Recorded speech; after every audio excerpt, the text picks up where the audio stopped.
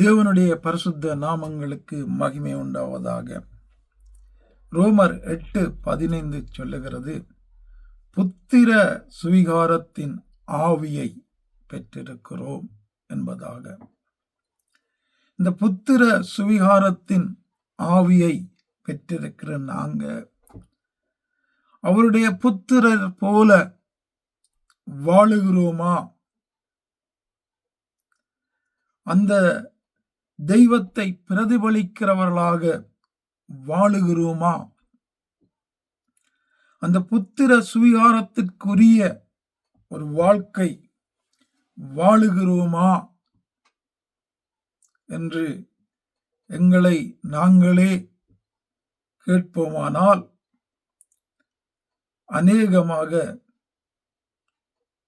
என்னிடத்திலிருந்து வருகிற பதில் இல்லை என்பதுதான். ஆனால் தெய்வம் என்ன செய்திருக்கிறாரு? அந்த புத்திர சுவிகாரத்தின் ஆவியையே எங்களுக்கு தந்திருக்கிறாரு. அதை பெற்றுக்கொண்ட நாங்க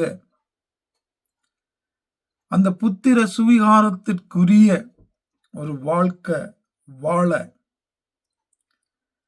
அந்த தெய்வத்தை பிரதிபலிக்கிற ஒரு வாழ்க்கை வாழ,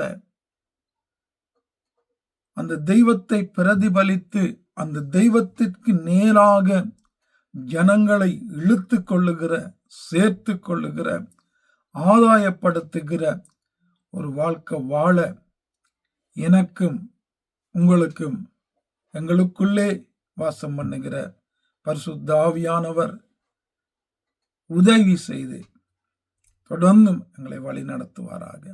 ஆமென்.